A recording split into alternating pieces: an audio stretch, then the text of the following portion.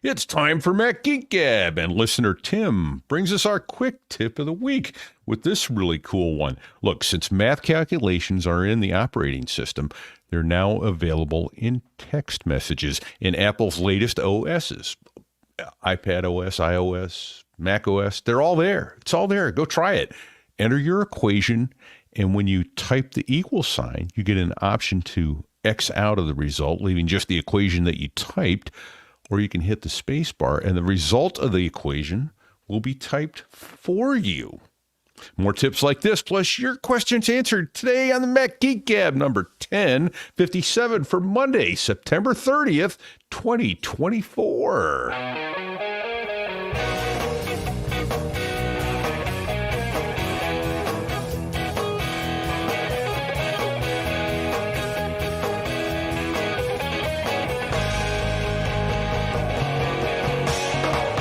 Greetings, folks, and welcome to Mac Geek Gab, the show where you send in tips like that. You send in questions, we answer the questions, we share the tips, we share cool stuff found, we string it all together into an agenda so that we each have an excellent opportunity to learn at least 5 new things every single time we get together here on International Podcast Day in Durham, New Hampshire. I'm Dave Hamilton. And here in South Dakota, I'm Adam Christensen. And coming to you live from Pleasanton, California, it's Pilot Pete on show 1057, Hit and Run. Yeah, I was just wondering what our police code was. Yeah, it's one of two. It's either a hit and run accident is what it says. I want to come back to that. Yeah. And missing person, right? Whenever I see something on the highway that people would call an accident, oh, look, those 2 cars got into an accident. I don't know what anyone's intentions were. I'm just driving by. How do I know it was an accident versus something intentional? So I call it an incident. Oh, there you go. Not an accident.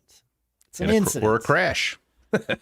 Well, yes, right. It is a crash. Intention is not determined. That's right. Intention is not necessarily obvious. Yeah. Yeah. Anyway, we cast no asparagus here, though. We cast no asparagus. We do cast giveaways.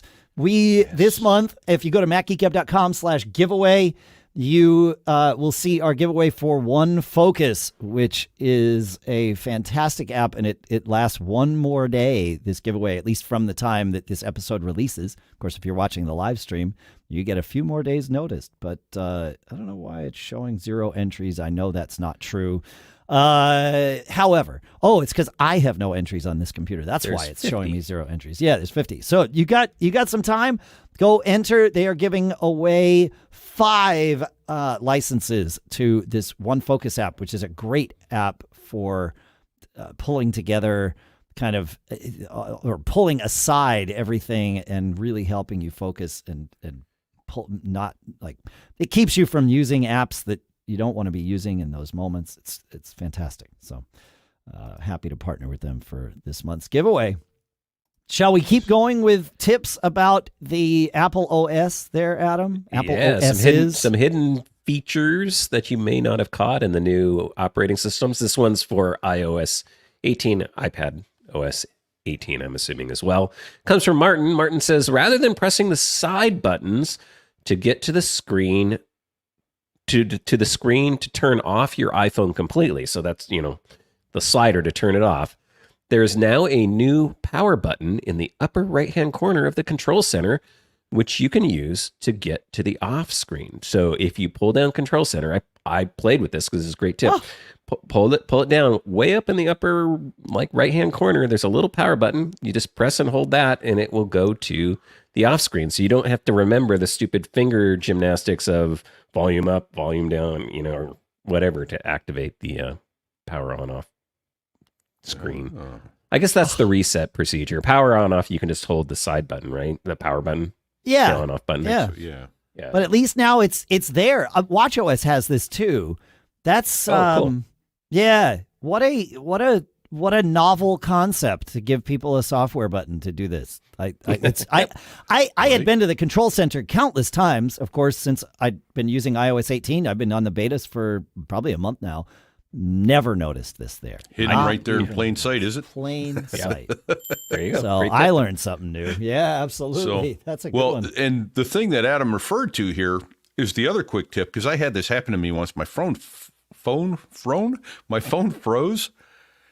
I couldn't do anything with it. I actually wound up going to the Apple store. This is years ago now, but he was talking about it. If it freezes, you have to hit the volume up, the volume down, then press and hold the power button, and it will reset. That's how you kind of control alt delete your iPhone.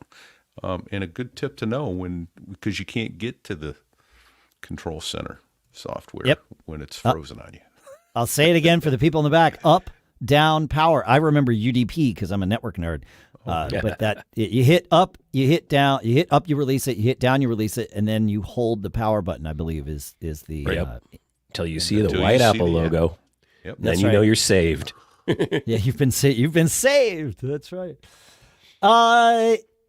Doug reminds us to not forget about iOS 18's iPhone mirroring. He says it works wonderfully. I use it regularly now. Last night, my battery was almost dead on my iPhone. I plugged it in about 10 feet away and used iPhone mirroring on my laptop to interact with the phone.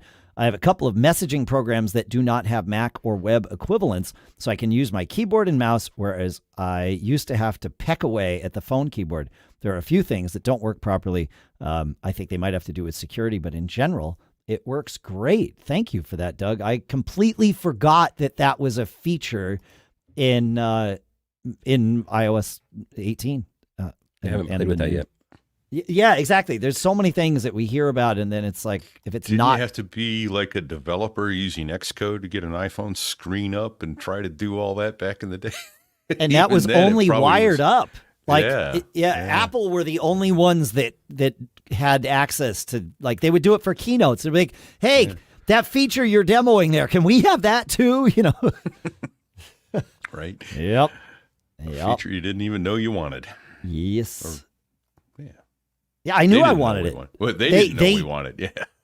That's the one. Yep. Right. And then Taran reminds us that when we talked about all the new tech and why we wanted the new phones and this, that, and the other thing in our keynote sort of debrief episode, he says, I'm surprised that no one called out the spatial or 3D camera feature, which is in all of the iPhones 16. He says, I want a new iPhone just for this function. I have a 10-year-old daughter. She still has 4 grandparents, and I want to get all of them on spatial videos and photos ASAP. I did the Apple Vision Pro tour this summer, and while I don't have a plan to buy this now, looking to the future, having a 3D picture of the grandparents would be an amazing thing. He says, yeah, so I totally agree. Like that, totally forgot about that. Yep. Have you... Adam, you didn't forget about it though, did you? No, I haven't actually taken a spatial photo or video with my new iPhone 16 Pro yet. Okay. But we did talk about, and John wrote in this week about how the spatial videos, like conversion in Apple Photos on Vision Pro is amazing. Like it is a killer feature of the, for sure, of the Vision Pro.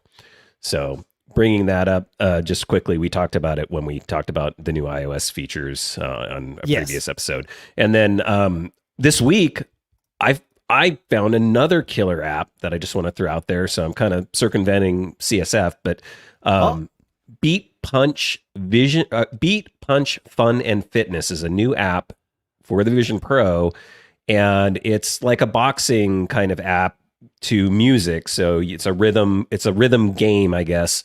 But it's also a fitness app, and it does like fitness tracking. It has rings that look like Apple's health rings, but I haven't figured out if it ties into health yet or not. I can't figure out how that works.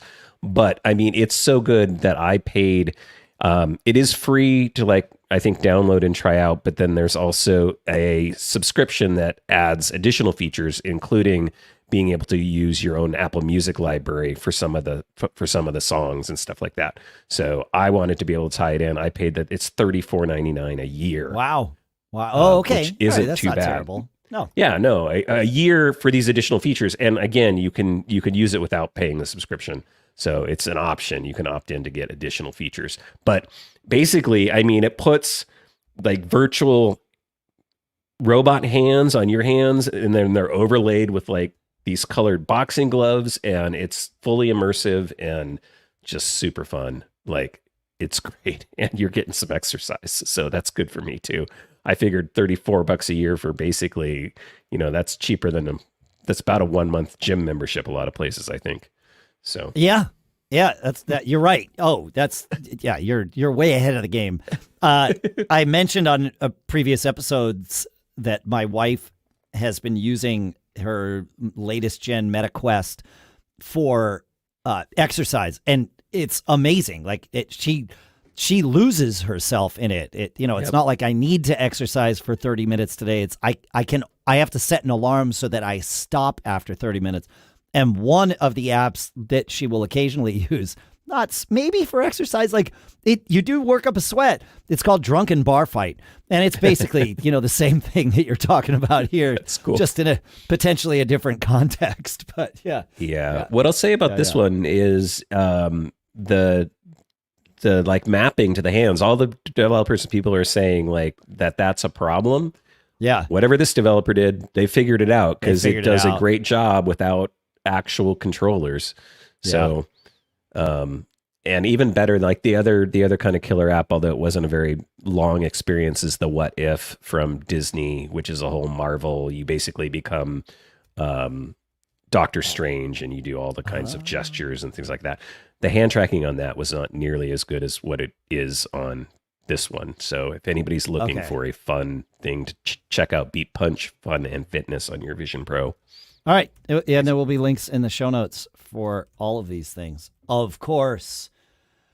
Last week, we recorded before my new iPhone 16 had arrived, and I was lamenting the fact that I was on the 18.1 beta, knowing full well that my phone was going to come with some flavor of 18.0, and that was going to likely mean this convoluted thing, blah, blah, blah. I couldn't have been more wrong, and I couldn't have been happier to have been wrong. As listener John points out, I also was in the 18.1 beta and just tried to go straight to migrate on my new phone, and it worked.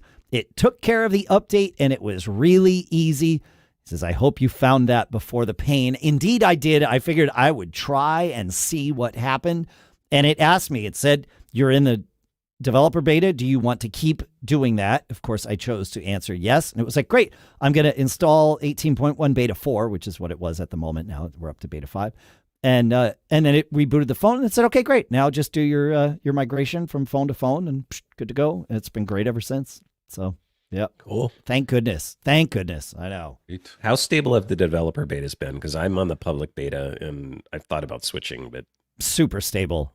I've been on the 18.1 betas since they came out because I wanted access to as much of the AI features as I could have. So normally I don't run the beta past the 0.0 release, but obviously this one, my plan is once we hit 0.1 to stop on the betas. But if 0.2 has more AI feature, I'm going to stay with it. Yep. And I am scratching the surface of what I can do with the AI features in this beta, and it's game changing. It's truly game changing. So, yeah. Oh, nice. Okay. Yeah. Cool. Yeah. So Craig has a quick tip for us for those folks who have the iPad and Magic keyboards. He says, I have a new iPad Pro 13-inch M4 with the Magic keyboard. I love using it this way as it's as an iPad is supposed to be or intended to be used, and it works great. Until Saturday, the Spacebar was driving me nuts, not spacing, doing strange things on the screen, practically unusable. A little searching, and I found that there was a potential solution. Go into Settings, Keyboard, Full Keyboard Access, Commands, and look under Activate. See if your Spacebar is listed there. If so, select None and try again. Mine has been behaving exactly as it's supposed to at this point. Hope this helps someone. Yeah, I have no idea how he would have gotten that turned on, but that would have been infuriating, I would imagine. So if your Magic Keyboard Spacebar is misbehaving, check this out. Nice. Kirit has a bit of an idea, and I think we all liked it. He says, I don't want to presume anything about the structure of your show. Please, this is our thing that we all do together here. It's like, sure, we drive the bus because somebody has to drive the bus, but your ideas are arguably more important than ours. So please keep them coming too. Feedback at MacGeekGab.com. That's the important. You heard him. Feedback at MacGeekGab.com, because when we didn't think of it, none of us could believe it. Pete, I wasn't paying attention. Was that feedback at MacGeekGab.com? It's what he said. It is. So Kirit's idea, since you already have great segments like Quick Tips, QT, in the agenda, and Cool Stuff Found, CSF, in the agenda, I was thinking you could introduce another segment called Don't Get Caught, DGC. If you like the idea, and he had some stories about this. But yeah, I mean, when we share PSAs or warnings or whatever, how have we not thought to call that the Don't Get Caught segment? Right? Well, that's why you're here with us, folks, because you're the ones that come up with the best ideas. So the next few things fall into Don't Get Caught. All right. Wait a minute. Wait. I have a thing here. Here it is. Ready? Oh, Dave, no one wants to see your thing. I know, but we're going to do it anyway. Right. Thanks, Pete.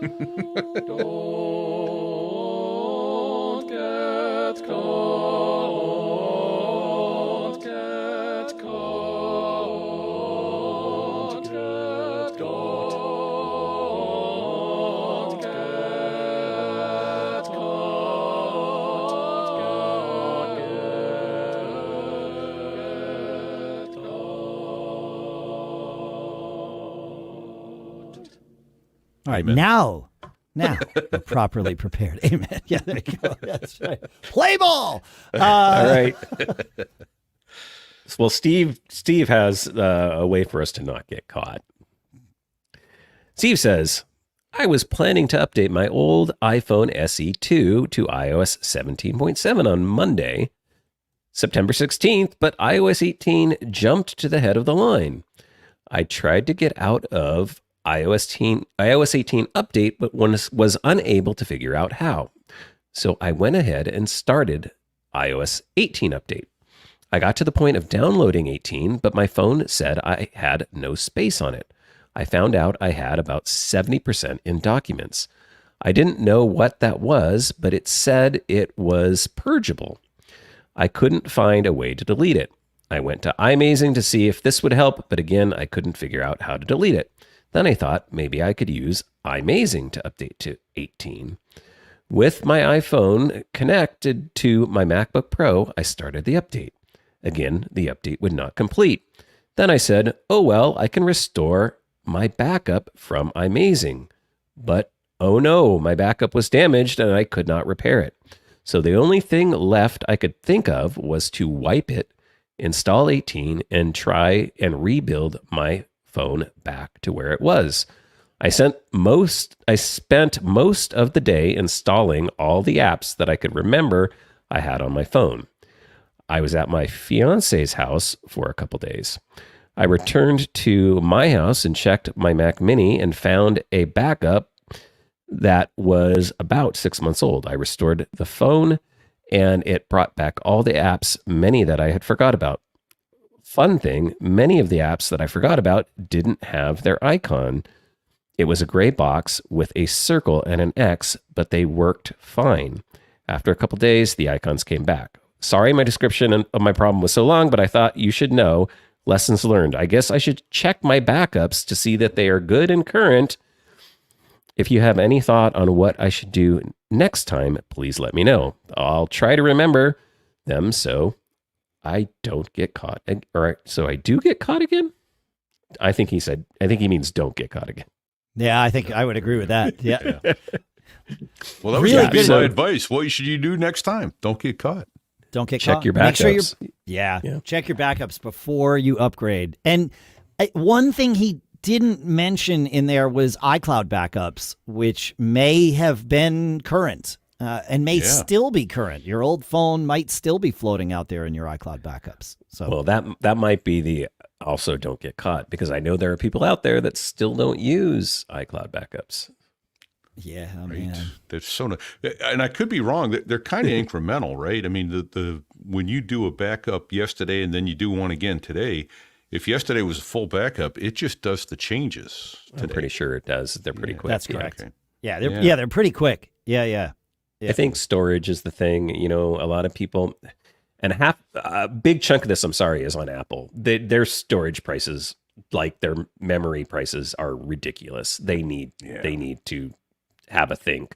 Obviously, Fishy. it's a profit center for them, so you know it's there's a give and take there. But I mean, come on. Yep. I agree. And what I read this week, a third of their income is going to be services. Yeah. By the end of the year. We knew this. Yeah. We knew this. Yeah. That's the Just trick. brilliant. Good on them. Yeah, I'm paying them almost $40 a month now for the Apple One subscription with 2.2 terabytes of storage for the family or whatever. I mean, I don't even want to tell you how much I'm paying in Apple Care subscriptions now. Yeah, I haven't moved to the month-to-month thing on most of my stuff. I probably will either do it or rue the day that I chose not to. But yes, Well, especially if you're not upgrading your devices as frequently. Like, it was fine when I had a new phone every couple years, but if I'm going to be keeping my phone for 3 to 5 years, Yep. when it has a problem in year 4, I'm probably going to be happy I have it. Yeah, And but is that the time you can't to stop upgrade? and add it later.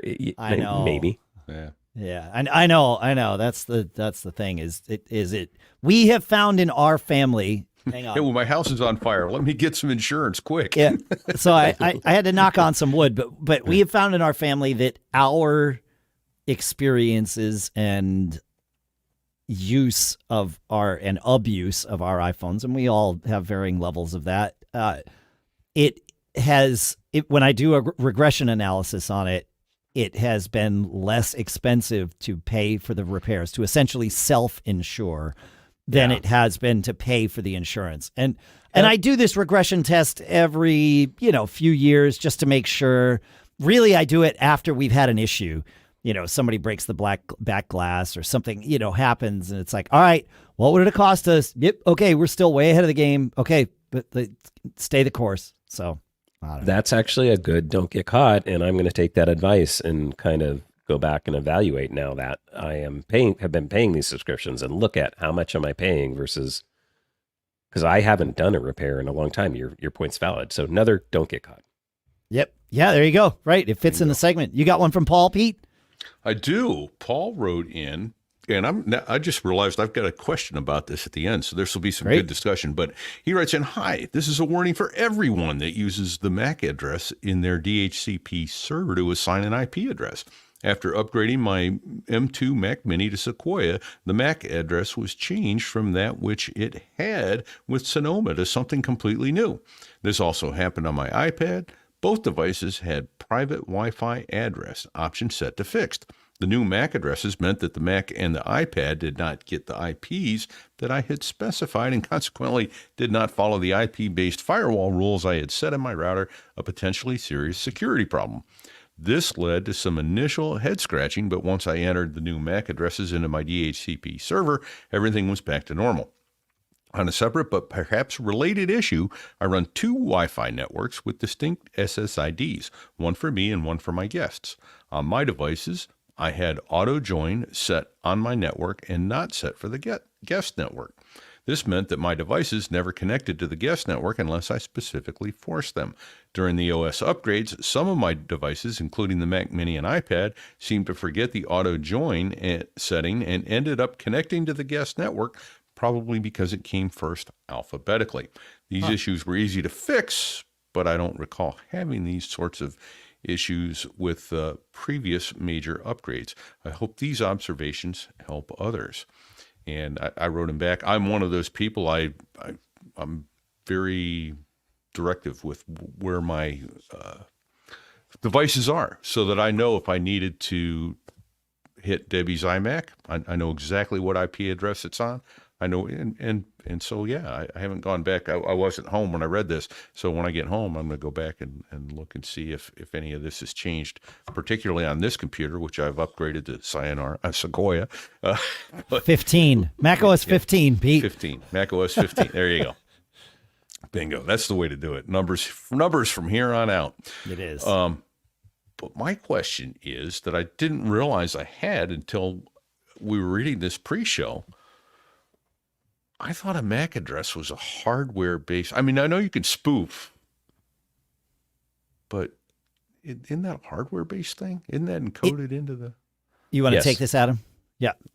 No, it is. Yeah, I mean, is it different? Am I missing something? Yeah.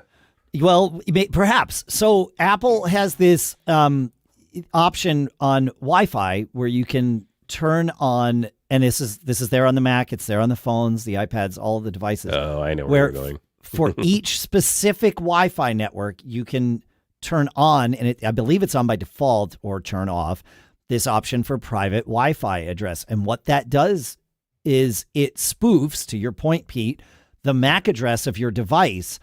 And you can have it, I believe there's two options. There's fixed and like rotating or something. The idea is you don't want people to be able to fingerprint you as you move around. The MAC address is not identifiable as this is an iPhone, this is a Mac or whatever. And it works great. Like, and on public networks, who cares, right? Just let the thing do what it wants.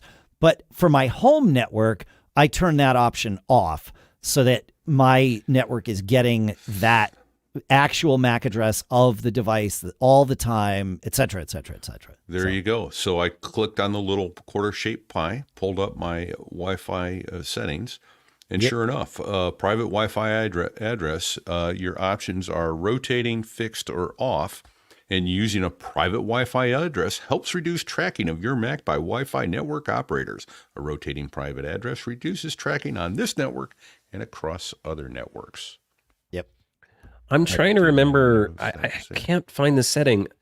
I know with my devices, when I did my mapping, I used the ID. I forget what it's called, and I don't forget where you set that. So when I set my router up and my mapping, I do it by the name of the thing, which is assigned to the physical MAC address. I don't know if that would help in this case.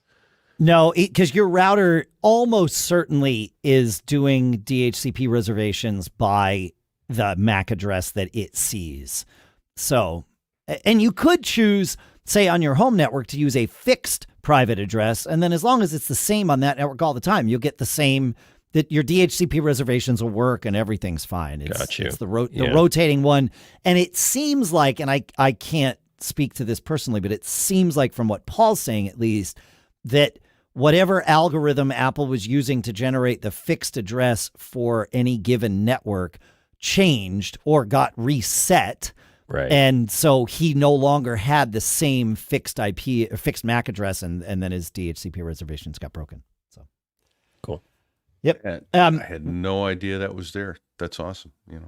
While we're here and talking about DHCP reservations, I want to mention something, and we'll go much deeper into this in future episodes. But I have changed my main router on my network here, which is it's kind of a big deal. Like, I've been using Synology routers as my gateways for a long time. Most recently was on the RT6600AX. We don't know. We do know that Synology has lots of products in the pipeline for 2025, way more than 2024. That's what they've told me. I don't know what those are, so I can't I can't guess as to whether one of those is a router or not. I'm hoping one is, and I'm hoping that router has more than just one 2.5 gig Ethernet port. Because with all the fiber connections that are out there that are doing faster than gigabit Ethernet, or faster than gigabit, you need more than one. You need to be able to get gigabit Ethernet into your gateway router and then out of it, or multi-gigabit in and out. And the Synology router, the best one they have, only has one 2.5 gig Ethernet port. The rest are all 1 gig Ethernet ports. And with that, I started thinking maybe it's time to start messing with other routers and experimenting with other nerdy routers so that we have a suitable replacement to recommend. So I am experimenting with the UniFi Cloud Gateway Max, and it's running great. The user interface is, of course, different from the Synology, equally as easy and confusing. Like, it's all this. It's all the same. You know, like, you're running a nerdy router. You kind of expect to have some nerdy things in there. All the features that I was running in the past are there, including inbound VPN. But I just wanted to kind of pave the way for future conversations. I've only been running this for a few days, 2 days here now. All has been good. All has been great. I was able to VPN right in. That worked. Sounds like yeah, you set that all up. worked. No yeah, it's all good. So I'm just sharing that, and then we'll talk more about it. Dare I ask what the price point is on it? Yeah, it's relatively inexpensive. The UniFi Cloud Gateway Max is $199, and I'm assuming that comes, and all of the Ethernet ports on it are 2.5 gig Ethernet ports, and yeah, it works great. Looks like the old Apple Airport. Yeah, it's that size. It's very small. Yeah, it's got 4 LAN ports and 1 WAN port. It has no Wi-Fi in it. I am using this with my Eros. Yes, I do also have a U7 Pro, which is their Wi-Fi 7 access point, which for $189 is way less. You know, you get a couple of these for way less than you'd be paying for Eero Wi-Fi 7s or any of that. So anyway, yep. Even the U7 Pro Max is only $279. So yeah, there's a lot. But right now I'm basically using it with my Eero. So I was just going to add my Orbi Wi-Fi 6 system was way more expensive than all that. So yeah, and the Wi-Fi 7 stuff just make your eyes bleed when you look at the prices. So. Jawohl. Hey, speaking of things that make your eyes bleed, I don't know about that transition, Dave, but I read something about an electronics travel restriction in Mexico. Now, so if you are traveling to Mexico, and I believe this is somewhat new, I don't know for certain when this was instituted, but when entering Mexico, they have, as does every country, they have restrictions on what you can bring in before it starts counting as like goods that you are bringing in for sale and therefore must pay an import duty on them, right? So the thing that you still can bring 4 fishing poles, everything's good there, a pair of binoculars, 2 cameras, you can bring 3 cell phones per person, all is good there. One problem is that you can bring 1 portable computer, laptop, tablet, or similar computing device, e.g. an iPad. 1. So you can't bring a laptop and an iPad. You can bring one or the other. Yep. Otherwise, they will charge you a 19%, import duty on the value of one of those devices. Guess which one they're going to pick. So yeah, not the lesser of the two. That's correct. You ever fly to Mexico, Pete? We do. We do. And we have to write all Korea, China, all these countries. We have to, I have a watch, I have an iPad, I have a laptop. They expect you to write it all down. Yeah. Really? Yeah. Interesting. And now, knock wood, as crew, I've never been tapped for any of that. Sure. But yeah. Yeah. Yeah. And just remember, Constitution doesn't apply over there. You don't have any Fourth Amendment or Fifth Amendment rules. So no, you're not in the United States anymore. But that's right. You're not right. in Kansas anymore, Toto. Yeah, nowhere near. So I'll put a link in the show notes to the page that I plan to check in January before I go to Mexico in February. Yeah, that's disconcerting. They don't check everyone on the way in. Lots of people had said, "Oh, I do this. It's no problem." Yeah. Well, right, it's no problem until you get caught. Maybe I should have included this in the don't get caught. So, Right. this is the don't get We caught are segment. we are in the We're don't still get here. caught. Yeah. Don't get caught in Mexico. Don't with too get many computers and iPads. That's right. Yeah. It's not a problem until it is. Yep. So, Yep. yeah. But what if somebody in one of the comments on Facebook, which is where I learned about this initially, but I did confirm it on the Mexican consulate website or something.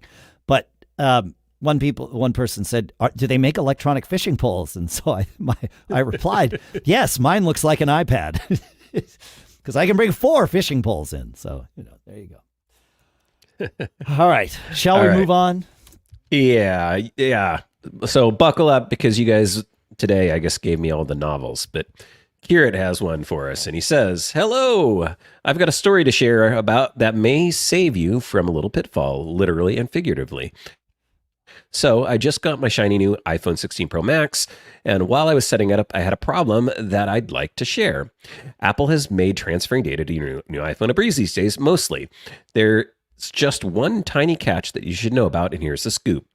As a habit, I always back up my old iPhone to my Mac on the morning of the big switch. And I do an encrypted backup because, let's face it, who wants to re-enter all those passwords? Not me.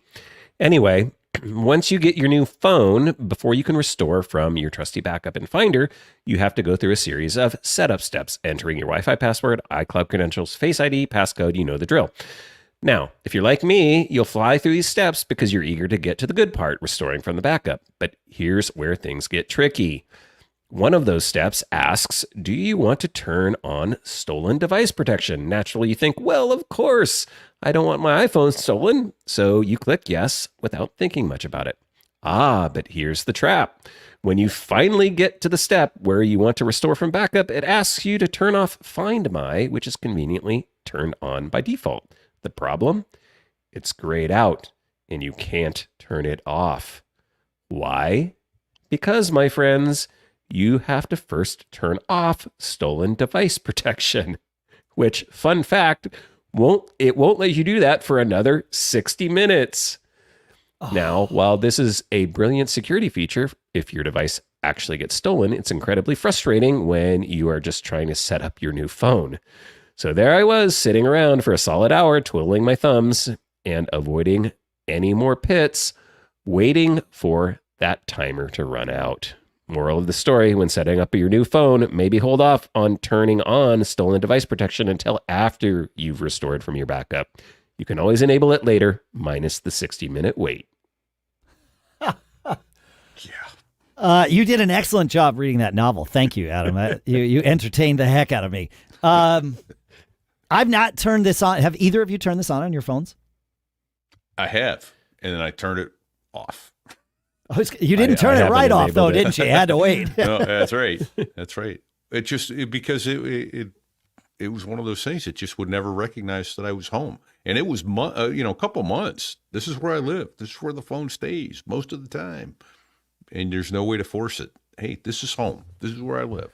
Seems to me you ought to be able to designate that up front to start. Yeah. You don't get to pick that? If there's a way to do it, I'm not aware of what it is. If somebody knows, feedback at MacGeekGab.com. You heard him. Yeah. Yep. Huh. Weird. All right. Well, that's... yeah, I haven't turned it on because I've heard I know that I know what it's set to do. Obviously, it's a good thing in general, but it's not. If you can't designate certain addresses, like I do know better than my phone about where I live. Yep. Yeah. Yep. One last thing on Kirit's thing. I and maybe he can answer us. I'm curious if some of that was written by AI, because it was very entertaining. It was well written, so made reading it more entertaining. But I'm curious. You're a professional actor, Adam. Don't sell yourself short. If any of that was AI written, though, but I'm just curious so he can let us know.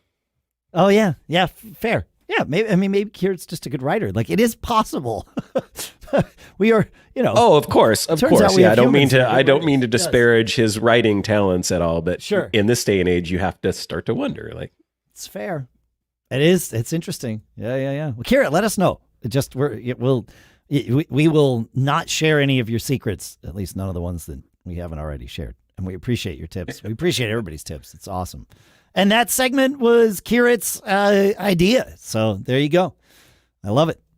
I want to take a minute and tell you about a podcast that we're doing a swap with. It's called Grumpy Old Geeks. And this isn't just another podcast with two old white guys talking about tech news, security, and entertainment and more. No. That's because occasionally there are three of them. That's right. And they've been podcasting for over a decade with more than 650 episodes. Brian and Jason have over 50 years of combined experience as internet industry pros, for whatever that's worth.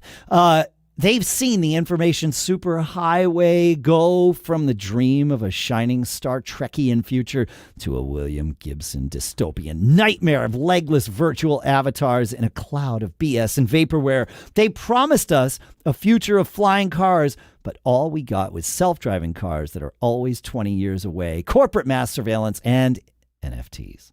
There are many swears and feels, mostly grumpy, but hosts Brian, Jason, and sometimes Dave, not this Dave, at least not as far as I know. Maybe there's Dave the avatar, the AI avatar. I don't know. Maybe. But sometimes Dave discuss what went wrong on the internet and who's to blame. Tune in every Saturday for a heaping helping of the real deal on our technological future and more. Go to GOG.show or search for Grumpy Old Geeks on your podcast platform of choice. And thanks to the guys over there for doing this swap with us. We always love these podcast swaps when we're able to do them with folks. So especially with a show that's a perfect fit like that, because people need more three old white guys talking about tech. It's like, I think I'm not kidding about this. Right. I like it. It's good. It's also good and even better. I'll say even better is are all of you who support us with our premium program at MacGeekGab.com/premium. It is very much appreciated. It is not mandatory, but it is very much appreciated and is a huge part of what allows us to do what we do.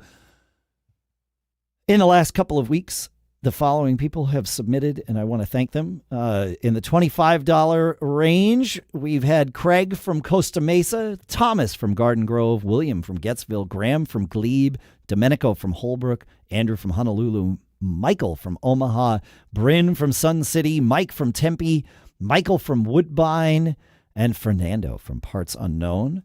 We had a $20 contribution from Deke and a $15 contribution from Bob in LaPeche, and then $10 contributions from James in Amity Harbor, Bill in Parts Unknown, Jeff from Chesterton, I said that right, Barry from Des Plaines and elsewhere, Kevin from Edison, Paul from Lawrenceville, Joseph from Marietta, Corey from Midlothian, Santiago from Palm City, Stephen from Plainfield, Jonathan from Plainsboro, Michael from Robbins. Can you tell that I alphabetized this by the city in which they live? Brian from Southbury, Frank from Tunbridge, Frank also from Voorhees. It's different Franks.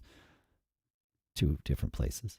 John from Wake Forest, Timothy from West Windsor. Thanks to all of you and everyone who is in our premium program. We love you more than we're probably able to communicate. So thanks so much. And if you want to learn more about that, as I said, MacGeekGab.com/premium.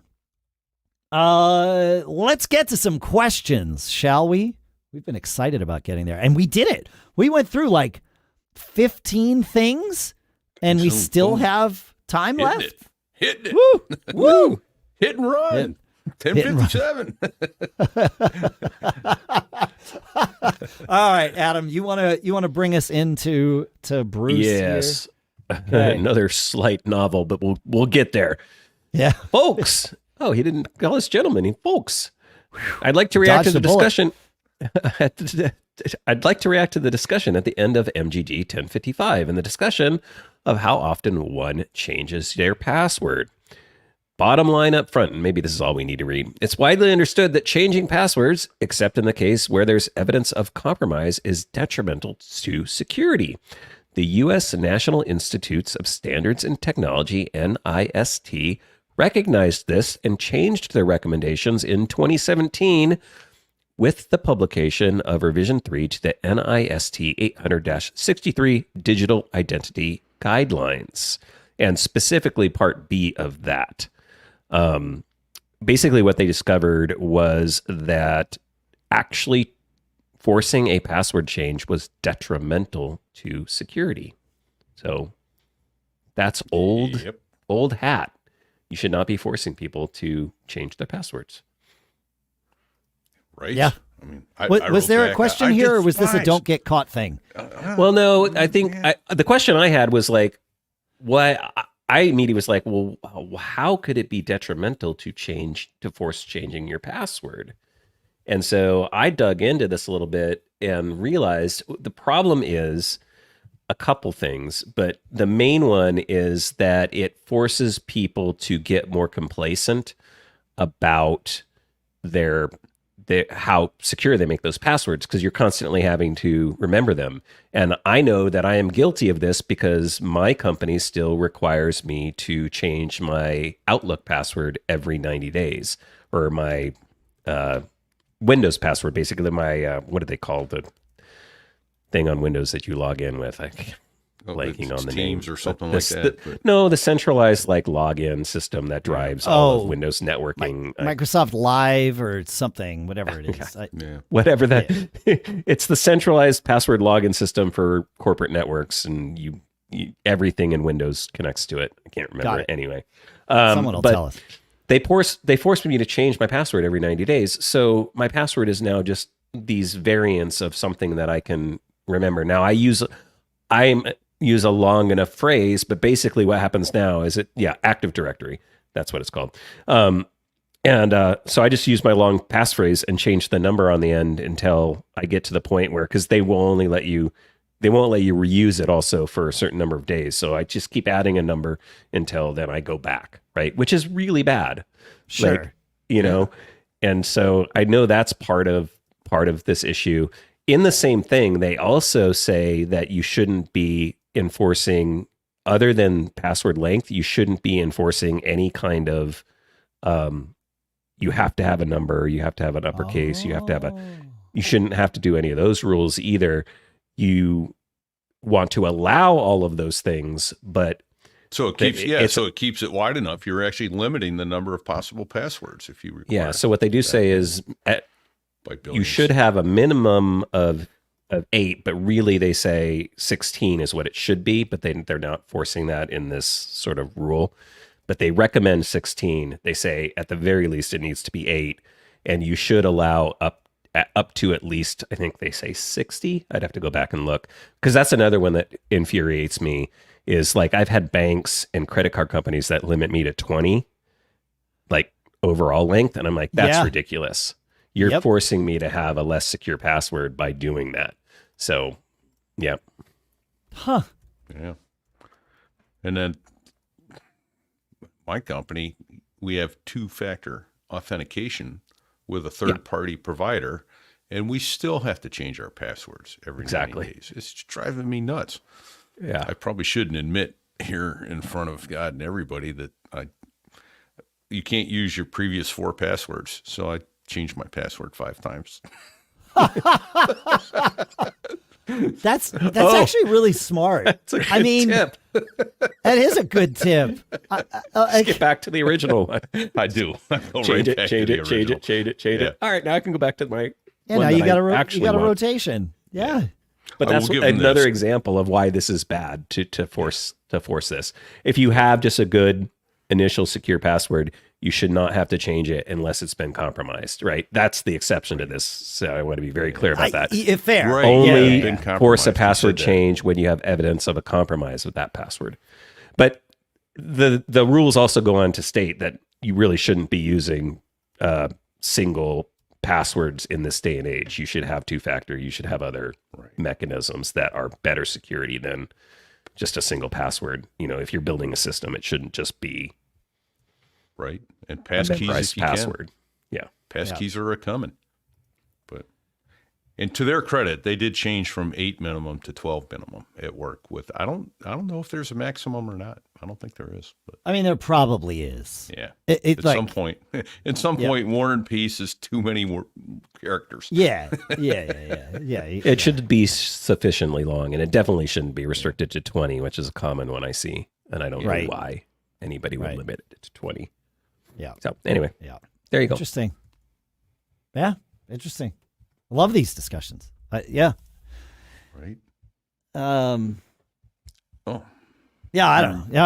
All right. Are we ready to move on to Deke? Mm-hmm. Is that where we going there? Okay. Great. Deke has. I need to find it, so I'm going to vamp here. I see it now. I found it.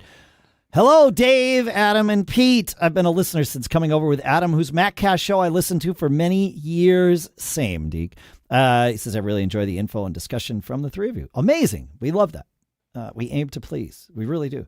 My question today, Deke continues, is about using a dedicated iPad in a common area of the house to access home automation apps.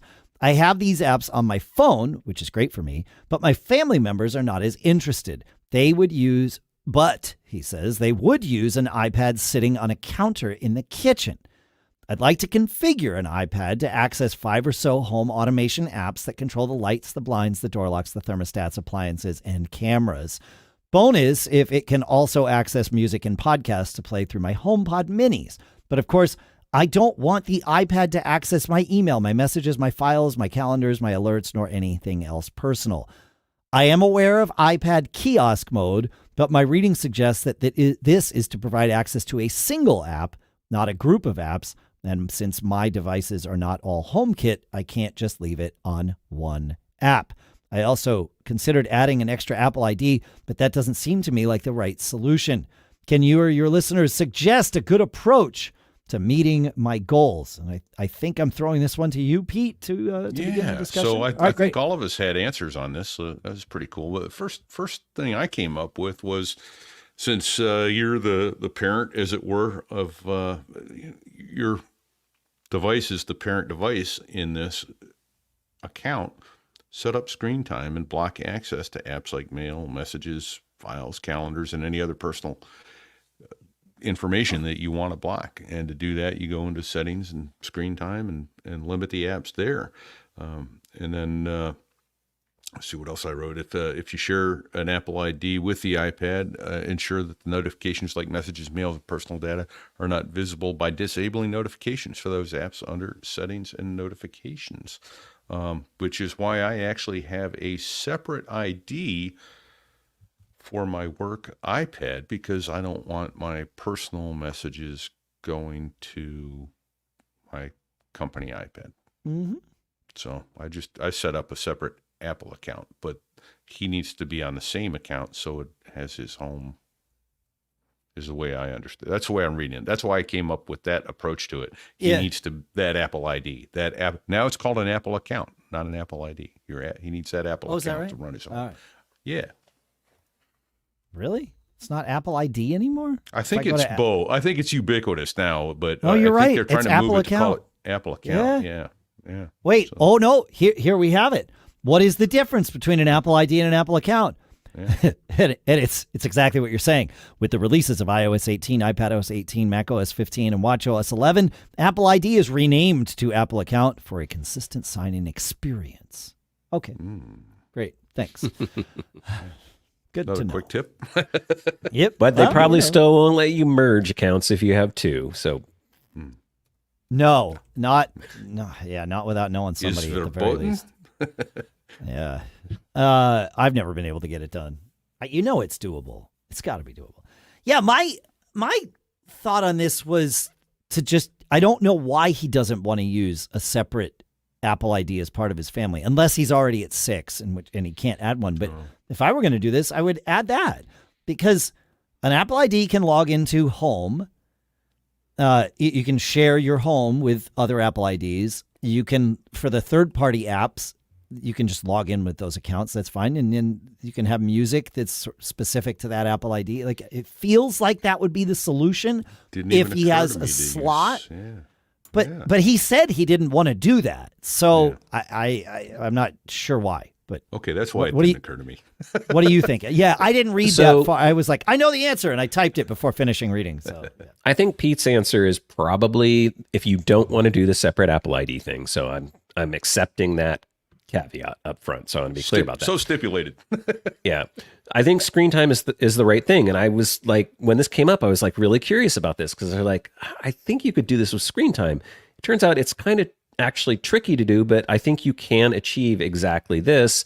There's just some details in terms of like what Pete was describing that I think are important to point out. So when you go into settings, screen time, what you're going to want to do is go into the restrictions, content and privacy restrictions, turn those on, and then there's a bunch of them, including like access to install apps, delete apps, purchase apps. You're going to want to disallow that probably on this iPad so people can't put other apps, like because he wanted just a set of apps. So you'd want to set up the iPad as new, install just the apps that you want on that iPad, or in terms of the third-party apps. I'm talking about the HomeKit apps.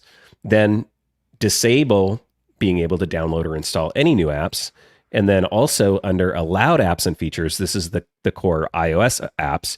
You can turn off things like Mail, Safari, FaceTime, a lot of the built-in apps, access to the stores and podcasts and news. That's all built-in apps. And then I think that would basically cover it. You would also want to go in and disallow access to contacts, calendars, reminders. And I think that would then stop any of that from being accessible. The only thing there that I wonder about is if you had automations that needed data from calendars, contacts, or reminders, I don't know what would happen there. So you'd probably have to play around with those settings a little bit. But I mean, you can basically disallow everything and lock that whole iPad down. Now, the last thing you want to make sure you do is in the screen time settings, scroll all the way to the bottom and make sure share across devices is turned off so that these settings only apply to that iPad and don't screw up everything else on all your other devices. So that's probably a very important setting to check, maybe even first before you start setting all these things up. yeah. Don't bury the lead. But I think that would effectively lock that device down. Like you wouldn't be able to install new apps on it. You wouldn't be able to access mail, contacts, calendars. You would only have access to the apps that were installed on there. And then you set a passcode on the screen time settings so that only you could change those settings, right? So Right. that would effectively lock that iPad down, I think, in the way that they're looking for. I agree. I like this solution. Yep. I feel like, does anybody out there do this? Because this is one of those things where you want it to be locked down. You want your data to not be the data that you deem private. You want not to be accessible to other people, but it is accessible to someone who knows how to get into that iPad, right? And so where is the hole? Have we plugged all of the holes, right? And which one is left unplugged that would cause a problem down the road? Like that's my only concern about this, which is why I like the idea of a second account, because then it's like the hole is fully plugged. That's my, and I can't think of what that hole is. I think you've plugged all of them, but that's the problem, is the unknown unknowns. Right. Yep.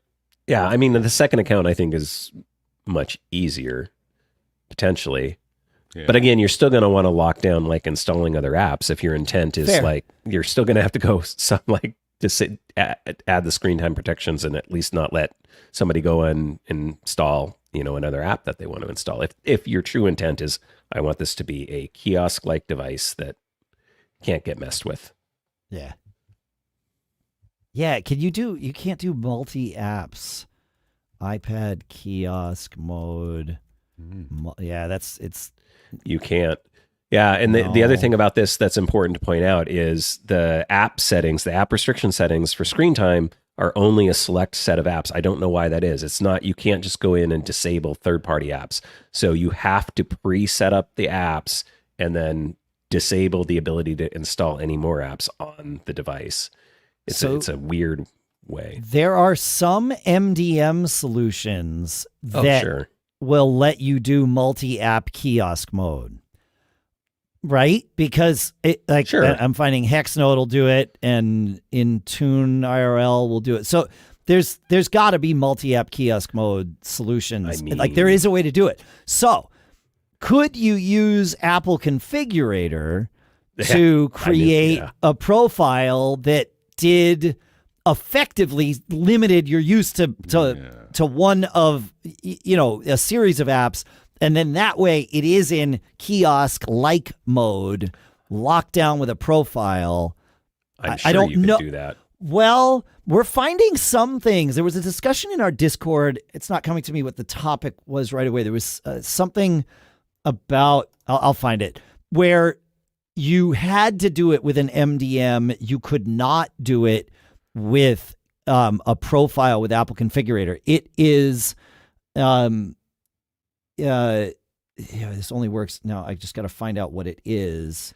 I mean, because corporations do this all the time, right? Yes. You have a sales staff, and it's like you get these apps, and that's it. On your iPad, because you're on the floor and you're just selling stuff or whatever. It's the every 30-day pop-up that we talked about. You can disable it with an MDM, but not with a profile that you create with Apple Configurator. You have to do it with an MDM. So it's possible that this multi-app mode is the same way. I don't know, but that one, it's pretty explicit. It says it only works if the profile is delivered via MDM. No manually installing this key. So, yeah. Weird. It's weird. Yeah. I'm not sure why that would be the case, but anyway. Okay. We still have a little bit more time. We have some great questions here. So I want to ask Erica's question of you, Adam. Sure. Good morning, gentlemen. Oh, boy. We're in trouble now. There's gentlemen here. The other morning, on a Wednesday morning, I was able to send a text message to my husband at a later time in the morning using the send later feature in presumably iOS 18, but I think it's in the other operating systems too. How is it, then, that I wasn't able to do it on Sunday? Is it only for Apple phones, or can I send to any type phone? Is there a catch? What am I missing? Thank you, says Erica. And as always, I love the show. Yep. And I struggled with this, too, because I had not tried this feature. And I was like, how do I do this? So, of course, I head to Google and find the Apple support article. And it says it should work with anything, because basically the way the feature works is it works through iCloud. It sends an encrypted message to Apple's servers, which is stored there until it's sent and then removed from the server. So if you're using iOS 18, iPadOS 18, macOS Sequoia, watchOS 11, or visionOS 2, you should have this feature. What I couldn't figure out, it was like how to activate it. I was like, where is this thing? So when you're in Messages, you just hit the little plus. You have to apply send later first, and then it gives you a little thing in your message box that lets you set up the send later options. And then you type your message, and then you send it. Got it. All right. Okay. Oh, wait, you set it up before you send your message? Correct. You have to say, I intend to send. Yeah, you have to click the little plus button next to your message dialog box, and then you'll see the option for send later. Also location. But yeah, wait, I was able to type the message first and then click the plus button. Oh, okay. So you can add it at any time, but yeah. But I had expected it to be like, I was doing the whole tap and hold thing, where same. I'm looking for something to pop up like in the message box, and it's not there. You have to access it like you would an app, basically. Yeah. Oh, that's a clunky UX. Okay. Thank you for going through that. So I would not have. I mean, I would have stumbled on it eventually, I'm sure. But yeah, great, sweet. Larry has a question. Larry says, "So wait a minute. I'm entrusting all of my valuable data to SSD drives, but." And he's talking about this product called Lifespan from Micromat, which tells you how much lifespan is left on your SSD, right? He says, but now Micromat's telling me that these drives have a lifespan? I know. A good backup strategy is to have redundant copies, and I do. But Larry continues and says, I was hoping that my trusty SSD would last forever. It doesn't seem like there are a lot of moving parts. Should I buy into this fear and get this product? Anybody want to take this? I'm happy to take it, but do you want to take it, Adam? Well, I hate to burst this bubble, but guess what? All media has a lifespan. Yep. Record albums did. Cassette tapes did. CDs do, if you damage them enough. CDs might be a little more permanent, but they will rot too eventually. Like, it's plastic. They're not lasting forever. The surfaces and stuff. So, I mean, the reality is everything is going to die eventually. But SSDs, they have a certain number of write cycles, and depending upon how they're used and, the lifespan's going to... So that's what this tool is meant to tell you. Chances are you're going to move your data and replace that SSD long before it reaches its lifespan. I mean, most people are. You're going to get a new computer, you're going to upgrade, so yeah, I mean, I've talked about this with archival storage, right? If you think that you're going to take that drive out and sit it on a shelf for 200 years and be able to come back and get the data back off of it, you've got multiple problems. One, the data could probably just rot. Two, you're probably not going to have at that time the right kind of interface to plug it into. Like, I have SCSI drives that I'm sure are sitting in a box somewhere.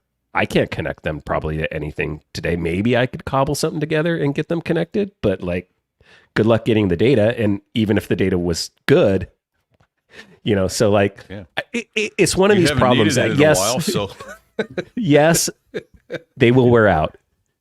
Is it going to be a problem for you?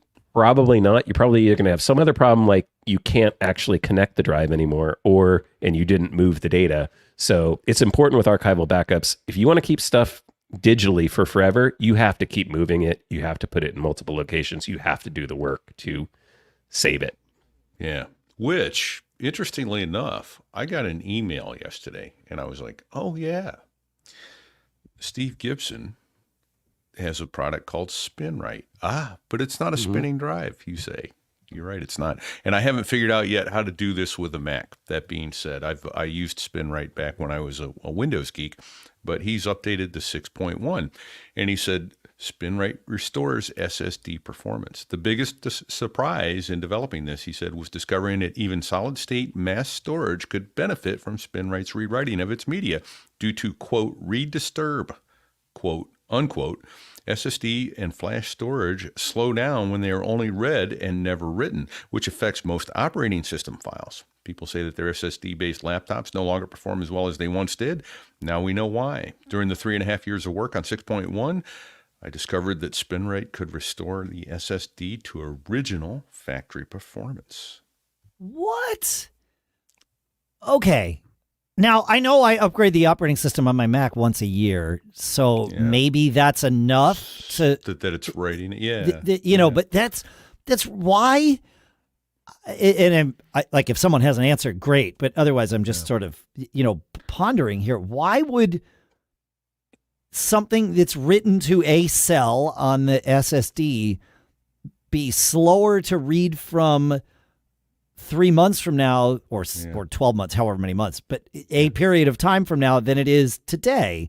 He's calling it read disturb. It's somehow it's disturbing it or degrading it or whatever. So grabbing it and rewriting it.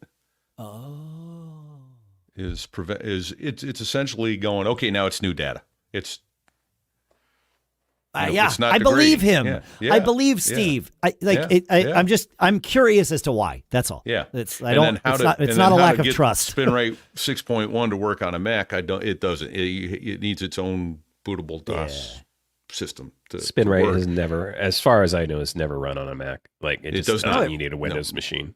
You do. Yeah. And then the other problem is once you've got it running there, how do you connect your internal flash drive of your Mac to make it work? That's a problem to be solved. It can be done. Can it? You'd have to do target mode target disk thing. mode and yeah. You're right. You're right. But but he's coming out with 7, spin rate 7 at some point in the future. Of course, it only took 10 years, I think, to get 6 to 6.1. 6 to 6.1. When he said he was going to start working on it. Well, that's when he started working on Squirrel, which is similar to Passkey. Yeah. Right. Yeah. And So my thing on all of this is, okay, how much degradation are we talking about, and over how long? Because again, I'm probably getting a new laptop before this really becomes a problem for me. Right. You know what I'm saying? Right. Oh yeah. Are we creating mental problems where it's just again, I don't need the highest throughput performance. Of course. Yeah. At a base level, I get this, but how many people are obsessing over, their read write speeds to that degree? No, not me. I really don't care. Honestly. I'm pointing for those now. For those listening, I'm pointing at Dave. I'm at a point in my life where I do not care. I don't run, benchmarks on my SSDs the minute I get them. And I know people do. And they're I've gotten emails from people. They're I don't understand because it's rated for this and it's not getting this. I have never double checked on my things. My computer works. Yeah. It runs the things I need to do. It's plenty fast. I'm not worrying about it on a day-to-day basis, to be honest with you. All right, so guys, Adam, I know you've been reading long things in this episode. I just have one more for you. It's a paper published at the Association for Computing Machinery. I'm not going to have you read this, but it is about mitigating the negative impacts of read disturb in SSDs. And it starts by saying read disturb. So those are 2 words, just for anybody that was wondering how it was spelled like I was, is a circuit level noise in solid state drives which may corrupt existing data in SSD blocks and then cause high read error rate and therefore longer read latency. The approach of read refresh is commonly used to avoid read disturb errors by periodically migrating the hot read data to other free blocks, but it places considerable negative impacts on I/O responsiveness while it's doing it. Okay. All right. So you can, that's just some light reading for you folks if you're having trouble getting to sleep at night. So, but yeah, this feels like a fix for the SSD industry.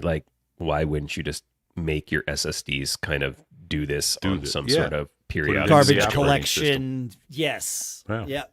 Optimize your hard drive. Remember the old spinning hard drive? Well, I mean, even with SSDs, there's Trim, which is the operating system telling the SSD, you've got time now, go and do some of your garbage collection. So maybe there's Trim version 2 or something that does this read. We have to remember SSDs are relatively new. I mean, this show has been in existence for 20 years, right? Or almost 20 years. I know, Adam. Not quite yet. Your show was in existence for 20 years. This one hasn't hit that number yet.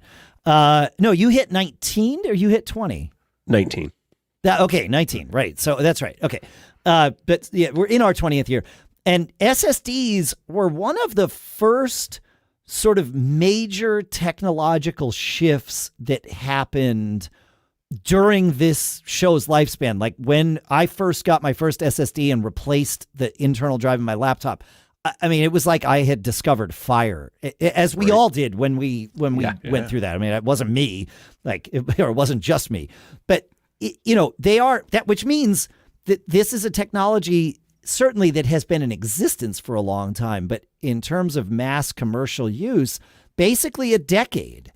And so we don't really know about the longevity of these things. Certainly I've seen SSDs die, especially the first gen of them.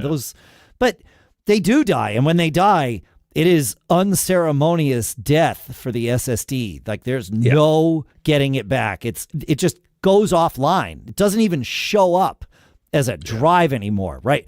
So, you definitely want to have backups of your SSDs. And we learned that early on. It's not like you get, it's starting to have problems, so you better get your data. Nope. This is a binary thing, folks. The switch is off. The switch is now off. Yeah, good luck. You can bake it in the oven, but it's not going to make a difference. But we don't know.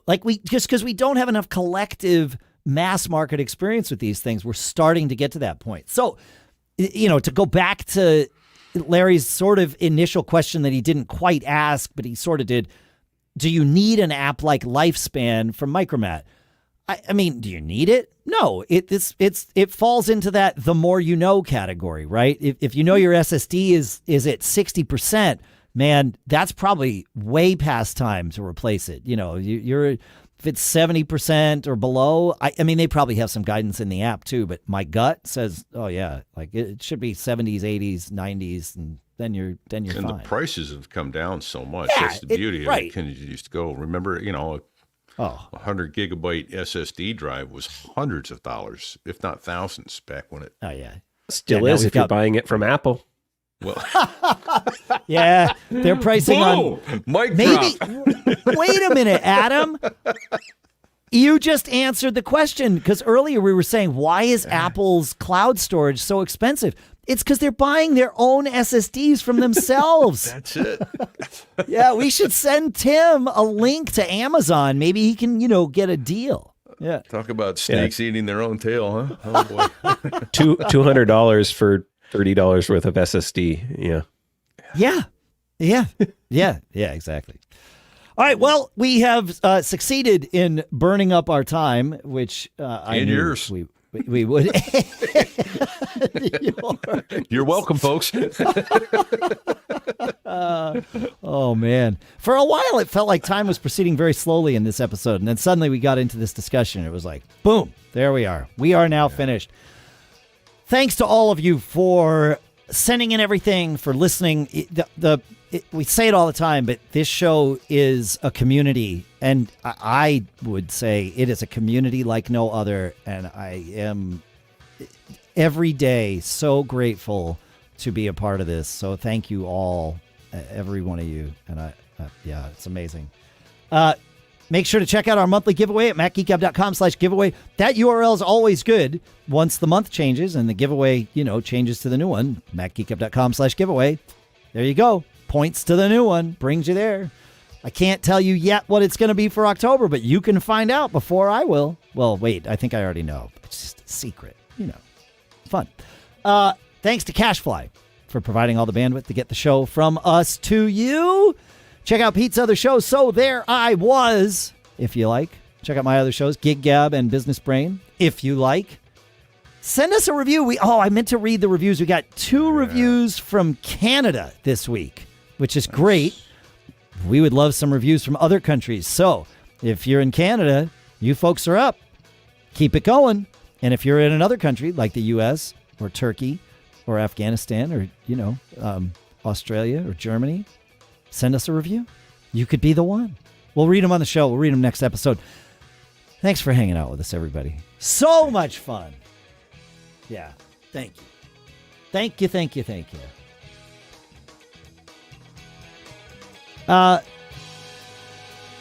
Adam. Yes, sir. Do you have any lasting advice to give everyone? Yeah, next time you're taking 4 iPads into Mexico, don't get caught. Made up.